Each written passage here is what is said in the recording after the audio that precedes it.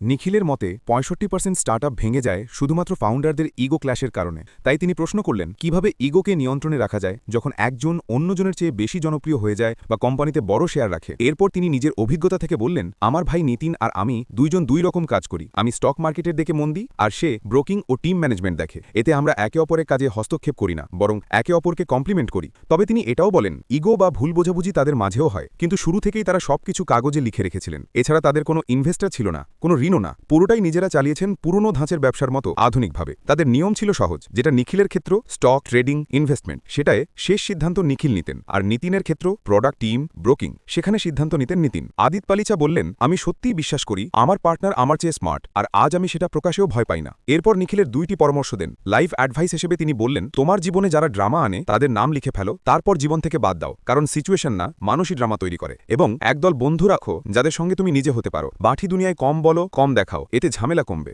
সব শেষে নিখিল বললেন, জীবনে ইগো নয়, রেসপেক্ট আর ভারসাম্য রাখো, তাহলেই পার্টনারশিপ টিকে থাকবে।